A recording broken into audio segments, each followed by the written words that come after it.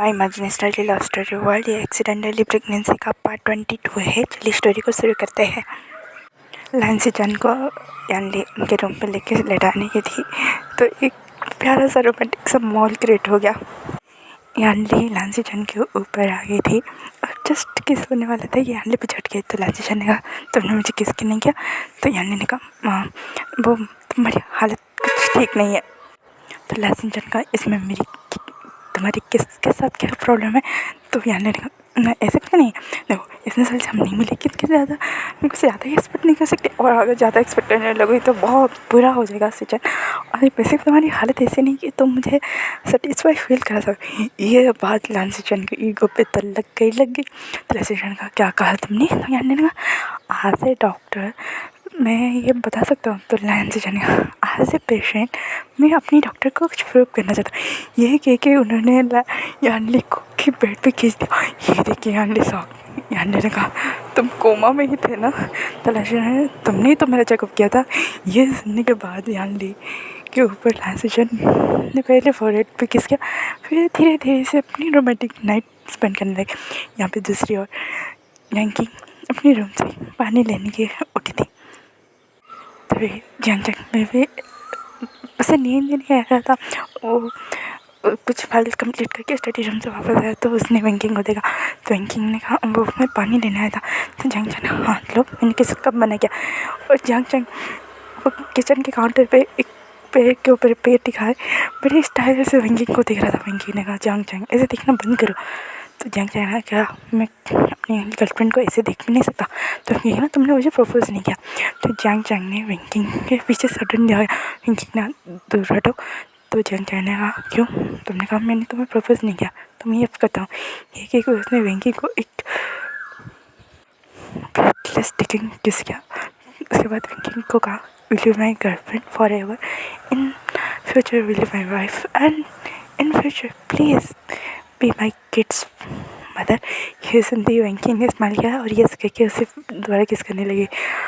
अब माहौल ही ऐसा था, रात का टाइम था। वेंकी किस करते करते जंग अपनी फीलिंग्स में बह गया। उसने वेंकी को अपनी गोद में उठाया और अपने रूम की ओर ले गया।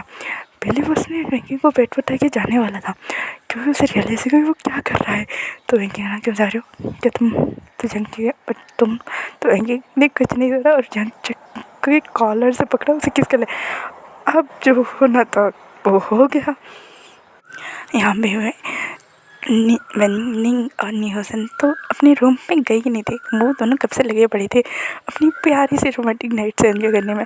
निहोसन भाई खुद पे कंट्रोल कैसे रखे। तो वो वेंकिंग के रूम में गया था और जाके बातों में उसने अपनी प्यारी सी वेनिंग सबसे प्यारी सी नाइट सेलिब्रेट करने लगा।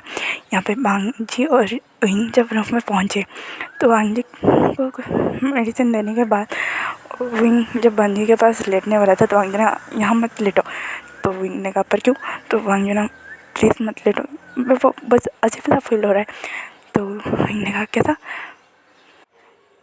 तो वांगजी ने कहा बड़ी अच्छी सी गुदगुदी होती है दूर रहो। तो विंग ने कहा वांगजी के पास आते वैसे किस करते हो कहा। तो वांगजी ने कहा तो विंग ने कहा क्या तुम्हें अनकम्फर्टेबल फील हो रहा है। तो वांगजी नहीं बस मैं थोड़ा। तो विंग बस करंट लगा का ऑन नहीं हो रही हो इस तो प्रेगनेंसी का होता है। तो वांगजी ने कहा पर फिर भी बेबी। तो विंग ने कहा डोंट वरी मेरा बेबी इतना कमज़ोर नहीं है माफिया लॉर्ड का बेबी है। पर वांगजी ने कहा विंग। तो विंग ने कहा और वैसे भी मैं एक डॉक्टर हूँ मुझे पता है कहाँ पे कितना प्रेशर लगाना चाहिए कब लगाना चाहिए। तो वांगजी ने बस करो। ये सुनने के बाद विंग मुझसे हट गया और विंग ने वांगजी को प्यारी प्यारी किसेस देना शुरू कर दिया। और उसके बाद वहाँ से सिर्फ वांगजी की मॉर्निंग की साउंड आ रही थी। ये पूरा प्लान में वे मेंशन इन प्यारे प्यारे कपल्स के स्वीट स्वीट मोमेंट के पल के साक्षी बन रहे थे। यहाँ पे दूसरी ओर म्यामा जिसने उनका जो रेड अलर्ट मैसेज था उसने पढ़ लिया था। उसे जैसे पढ़ के वो निकलने वाली थी कि पीछे से बंचाने का तुम फंस गई उन्हें तुम्हें फंसाया क्या म्यामा। ओ लिटिल कैट तुम तो फंस गई बेचारे बहुत मज़े कर रहे हैं अपने कपल्स के साथ और तुम यहाँ पे।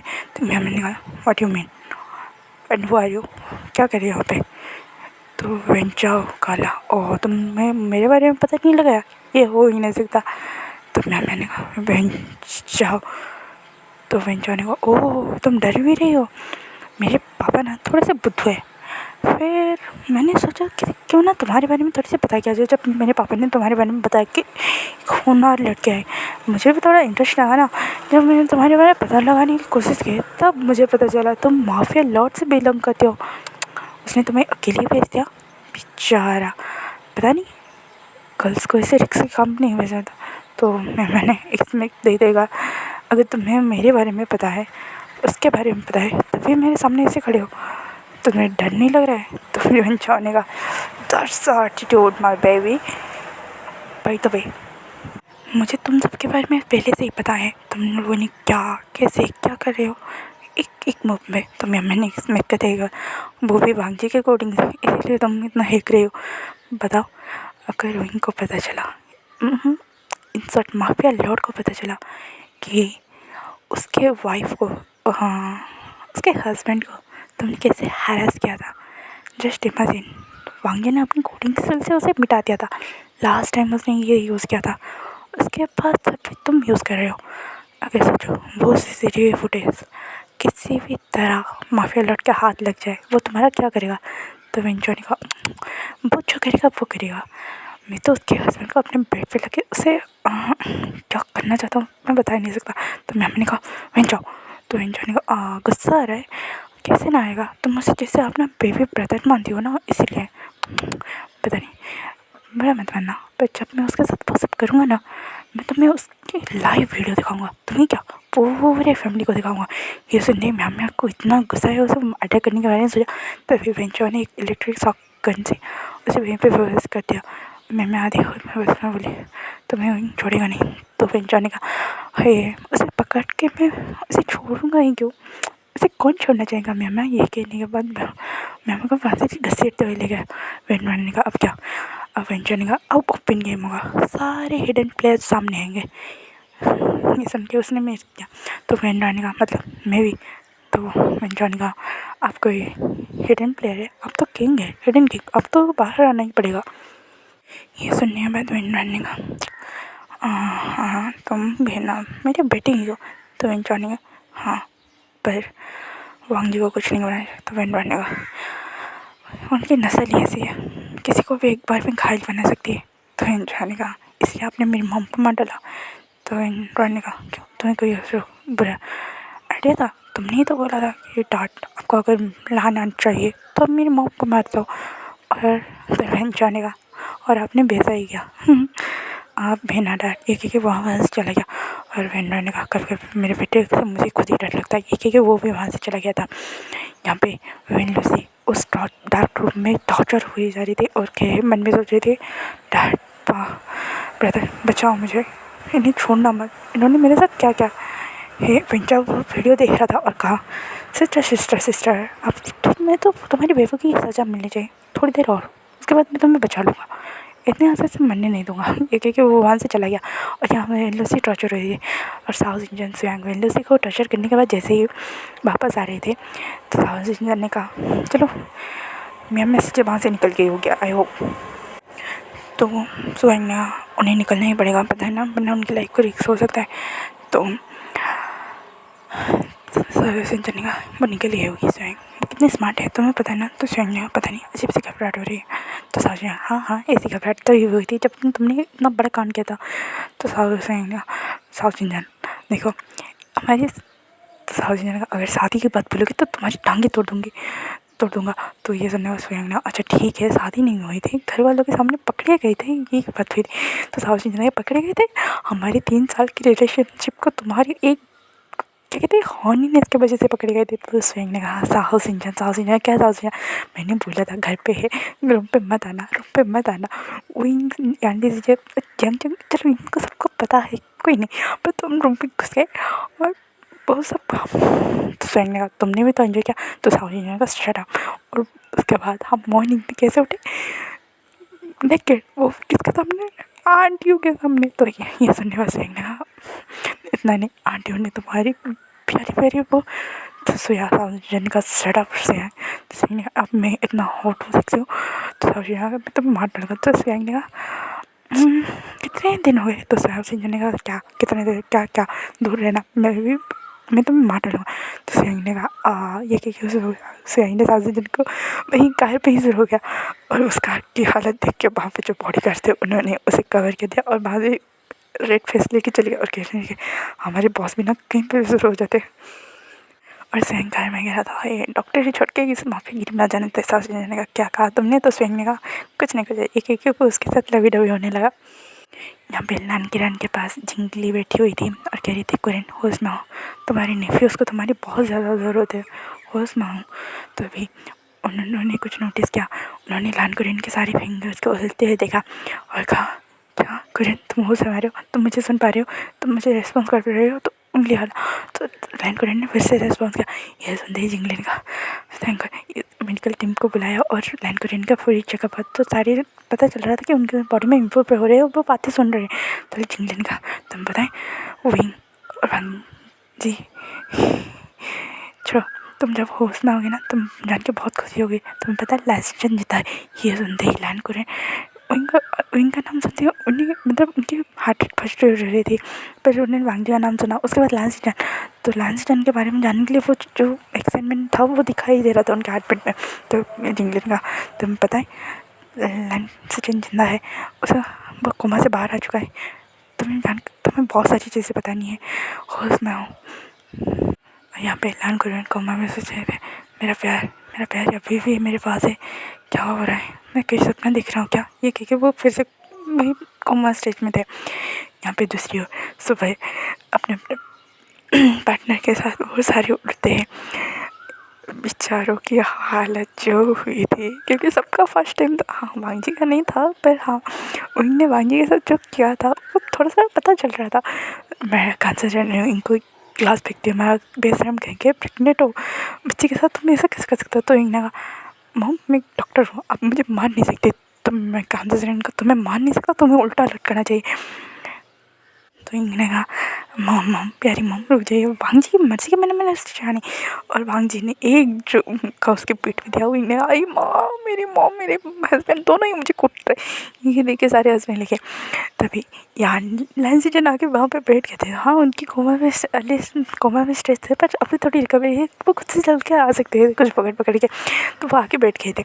जियांग चैंग और नियोसन भी आके बैठ गया था। अब बची थी बहन सोयांग ने साउजन को कैरी करके सुबह घर में एंटर मारते। तो मैडम यो ने पूछा क्या हुआ है तुम्हें साउजन? तो साउजन ने कुछ नहीं, एक गधे ने लात मार दी। ये सुनते ये सब मतलब यंगस्टर सारे समझ गए। तो मैडम मैंने कहा गधे ने या उल्लू के पट्टे ने। ये सुन के साउजन का मुँह पूरा लाल फिर क्या साउजन ने और सोयांग वहाँ पे आके बैठ गए। अब बारी थी इन दिनों की एम्बरेस होने की। तो जंग पे मैंने कहा हमारी बच्चियाँ कहाँ पे और वेंडिंग कहाँ पे है? तो ये सुनने पर हाँ इन तीनों के तोते उड़ गए। भाई रात भर जो कांड किया है उसका पर्दाफाश होगा क्या, ये सोचे बैठे थे। तभी ये तीनों अपने अपने रूम से जैसे निकली, इन तीनों ने अपने एक दूसरे को देखा और कहा मैं बाथरूम में गिर गया था। तो यानी ने कहा देखो ये बाहर अच्छे हैं, हम तीनों को ही पता कि हमारे साथ क्या हुआ है, पेन किलर्स आके ले लेना। तो इनकी गवर्निंग ने अपना सर हमें लाया। तो क्या चीज़ें आप जैसे यहाँ ने कहा नो कमेंट्स यहाँ पे चलो। उसके बाद वो जैसे जैसे कमर पर हाथ को मतलब बैलेंस बना के चल रही थी। तो मैडम ने कहा क्या हुआ तुम तीनों तो अपने अपने कमरे में सोने गई थी या फिर अपने अपने पार्टनर के साथ सोने चली गई थी? मैडम उन्हें मतलब बेसर की हाइट दिखा थी। कैंसर ने कहा यो क्या बोल रहे हो, वो दोनों स्टूडेंट है और यहाँ इतनी मेच्योर तो है कि भाई वेडिंग के तक तो रुकी जाएगी है ना। यानी हाँ मो वो कुछ नहीं, बहुत में थोड़ा ज़्यादा ही फिसली हो गया था इसलिए मैं गिर गया और बैंकिंग और रनिंग मिले और हम बेड से नीचे गिर गए। ये सुनने के बाद लांसीजन जियांग चैंग और नियोसन को पता चल रहा था भाई क्या झूठ बोल रहे। वांगजी ने कहा तुम जैसे तुम्हारी दोस्त भी वैसे और मेरा भाई का क्या कहना? तो विंग ने कहा भाई का क्या कहना, तुम्हें मेरा कैसा लगा? तो वांगजी ने एक फॉग लिया और विंग के थाई में जोर से घुसा दिया। ये सुनती हुई ने कहा माँ लग गई। तो कैंसर ने कहा क्या हुआ? तो मैंने कुछ काम पे लगाया था वो भूल गया, ये क्योंकि विंग फिर से बैठ गया कान से। अच्छा अच्छा चलो आके खाना होगा। और ये तीनों मतलब अपने अपने पार्टनर्स की केयरिंग कर रहे थे, उन्हें मस्का लगा रहे थे भाई रात भर जो परेशान किया क्या, अब सुबह पैम्पर करना बनता है ना। और यहाँ पे संजय जन स्वयं भी केयर कर रहा था। इन सब का खाना हो गया था कंप्लीट, और खाने के बाद ये सारे कॉलेज आने लगे। इन्होंने कांसा सर ने कहा भी आज कॉलेज मत जाओ, कुछ अच्छा नहीं लग रहा है। तो मैडम ने कहा कांसा तुम कुछ ज़्यादा ही सोच रहे हो। तो कांसा ने कहा पता नहीं कुछ डर लग रहा है। तो मैडम ने कहा मुझे भी लग रहा है पर बच्चे जाने दो ना। तो विंग ने कहा ठीक है मैं बॉडी गार्ड को हायर कर देता हूँ, वो पहुँचा देंगे। तो जहाँ पर मैंने कहा विंग तुमने वेंड के बारे में क्या सोचा। तो विंग ने मन में कहा उसे तो मैं ऐसे टॉर्चर करूँगा, फिर मैं विंगलेसी के बारे में पता तो लगाऊँ कि उसके फैमिली मेम्बर्स कौन है। उसके बाद विंग ने कहा कुछ नहीं अभी के लिए कुछ नहीं, क्योंकि प्रूफ आपके आधे उधर है, पूरी प्रूफ इकट्ठा होने जाए। ये बात इन सबको समझ में आई कि विंग वेंड को छोड़ने वाला नहीं है, क्योंकि उसके अपने भांजी के साथ उसकी फैमिली के साथ जो क्या ना विंग उसे मार डालेगा, ये बात पता है। पर कैसे किस पहले में से ये बात सोचते ही इनकी रूह काँप जाती है। यहाँ पे विंग जब वेनलसी के पास पहुँचा उसकी हालत अधमरी सी हो गई थी।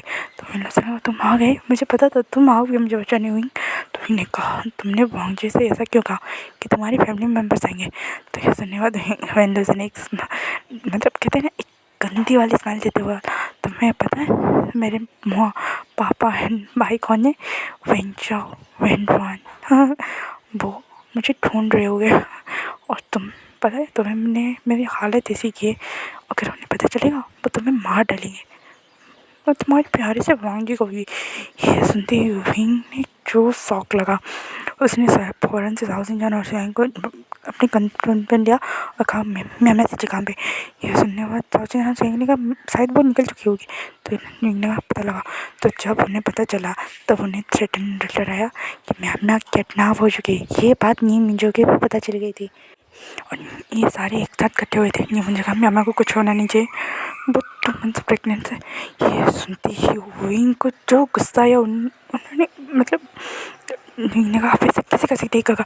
तो नहीं मैंने उसे बोला था कि वो वहाँ से यहाँ पे आ जाए, मैं क्या कर लूँगा बाद में, जैसे सारी इन्फॉर्मेशन कलेक्ट करना बाद जैसे कुछ। पर वो जिद में अड़ी रही। तो जिद करने का वो जिद पे इसलिए अड़ी होगी कि उसके मॉम डैड का सवाल था और तो और भांजी का भी सवाल था ऐसा है। तो विंग ने कहा सारे काम पे फैमिली मेम्बर्स काम पे। तो आंटी ने जब ये मैसेज पढ़ा तो वो सारे आ गए थे। तो आंटी ने कहा मॉम डैड घर पे है आंट अंकल के साथ, बैंकिंग वेंडिंग और सोनिया हुसैन और वांगजी कॉलेज में है उनके साथ गार्ड्स है। तो ये सुनने के बाद और तो जंग जगना और लैंड कोरियन अंकल के पास और जिंगली आंटी के पास भी गार्ड्स है। तो उनके बारे में तो हम जाना होगा, हम सबको जाना होगा मैम को लाने वाले सीजी को लाने के लिए, कोई रिक्स नहीं ले सकता हम। तो सबने हाँ में हिलाया और वो वहाँ से निकल गए थे। यहाँ पे कॉलेज में बांगजी को एक मैसेज आया और ये मैसेज देखते ही बांगजी को जो शौक लगा कि भाई ये क्या है। तो न्यूज़ ने कहा जब बांगजी की ऐसी हालत दिखी तो न्यूज़ ने पूछा क्या हुआ है बांगजी। तो बांगजी ने उस बात पर वहीं पर अवॉइड करके कुछ नहीं चले। तो बैंकिंग वाले ने कहा पक्का ना कुछ नहीं। तो बांगजी ने हाँ कुछ नहीं घर चलते हैं ना, मुझे अच्छा नहीं लग रहा है। तो ये सुनने के बाद हाँ सब तो सबने कहा ठीक है चलते। बांगजी ने कहा वेन हाउस चलते हैं, वे हाउस चलते। ये सुनने के बाद सबने हाँ ठीक है वहीं पर रहना हो रहा है क्योंकि सिक्योरिटी रीज़न की वजह से बहुत सारे चले गए। बांगजी ने ये सबको भेज दिया और वो वे हाउस में पहुँच गए। सारे बच्चे आ गए। खाना खाने के बाद वांगजी अपने रूम में गया और ड्रेस चेंज किया और वहाँ से एक सॉरी लेटर लिखा और वहाँ से निकल गया। और वहाँ से निकलते ही गार्ड्स पीछा करने लगे। तो वांगजी हॉस्पिटल लेके चलो बोला। और हॉस्पिटल पहुँचने के बाद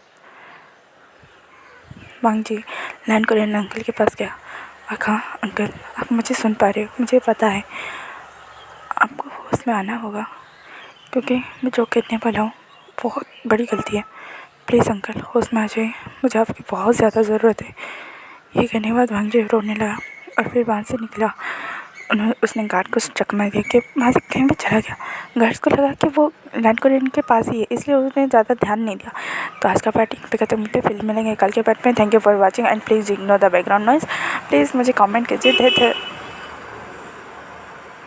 आपके कमेंट मिलके मुझे मेरा दिन दिल खुश हो जाता है। और हाँ, अगर वीडियो इसलिए करा हो गई इस एक्सीडेंट प्रेगनेंसी के, तो आई एम वेरी वेरी सॉरी, क्योंकि मुझे बोलते समय ना ब्रीथिंग की प्रॉब्लम हो रही है। मतलब आप देखिए होगी कभी कभी मैं रुक जा रही हूँ या फिर कुछ नॉइज़ हो रहा है, वो इसलिए हो रहा है क्योंकि मुझे ब्रीथ लेने में प्रॉब्लम हो रही है, शायद कोल्ड की वजह से। क्योंकि अभी कुछ दिनों पहले मैं एक मैरिज अटेंड करके आई थी, इसी वजह से मुझे थोड़ी प्रॉब्लम है। बट इतनी बड़ी भी नहीं है कि हाँ भाई वीडियो नहीं बना सकती, हाँ बना सकती हूँ, पर अगर प्रॉब्लम ज़्यादा हुई तो इरेगुलरिटी नहीं आएगी। इसलिए I am very very sorry advancely and thank you for watching and please don't stress and worry about me. I am fine. If अगर मुझे ज़्यादा कुछ हुआ तो मैं पोस्ट में बता दूँगी, ठीक है? इसलिए मेरे बारे में इतना भी ज़्यादा मत सोचिएगा। Thank you.